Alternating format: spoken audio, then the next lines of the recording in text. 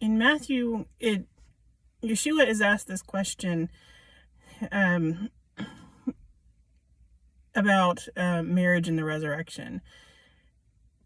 They ask him, they pose this scenario where they say, okay, because of this rule that says a man who dies childless, his widow must marry his closest male relative, which was a rule to ensure that the family line continued. And it was also there to ensure that she was taken care of by his family. But they're posing this scenario to him saying, okay, because of this rule, a man dies without children, and his wife marries the closest male relative, let's say a brother. Well, the brother dies still without an heir, and this continues for several more relatives.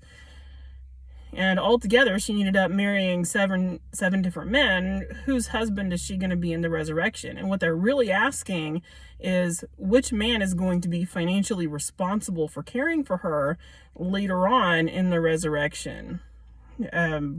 Because that's the way it was in their culture. Men were financially responsible for their wives.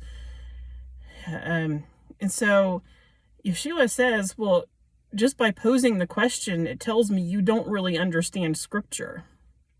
And he's saying this for several reasons. He's saying you don't understand prophecy, you don't understand Scripture, because the whole point of the resurrection is that we're going to get new bodies that do not age and die, which means we will live forever. So if we live forever, there's no need to have children anymore. So no one will be having children. If there's no children, there's no one to grow up and get married. If divorce stops because sin stops, that means no one's going to be getting divorced either.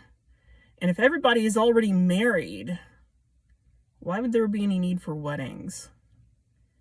So that's what he's saying. And he's saying, look, no one is going to get married. No one is going to be given away in marriage. But the difference being men get married and women are given away in marriage in that culture.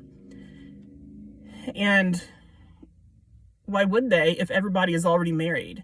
He's not saying there's not going to be any marriage. He's saying there's not going to be any weddings. And that's the key difference. When you really look at that, he's saying there's not going to be any weddings, and everybody's already going to be taken care of by God. So why are women going to have to depend on their husbands for money? God's going to take care of them. The whole question is flawed to begin with. And when you really understand what Yeshua is saying, it makes a lot of sense. It makes far more sense than anything else I've ever heard. So that's really key to understanding. I think there are a couple other things, but that's what he's saying. It's not that there's no marriage, because Yeshua's going to have a bride. God has a wife. There's marriage in the resurrection. So, yeah, there's marriage in the resurrection. But we're not going to have this constant switching of partners. And there's no need to have children.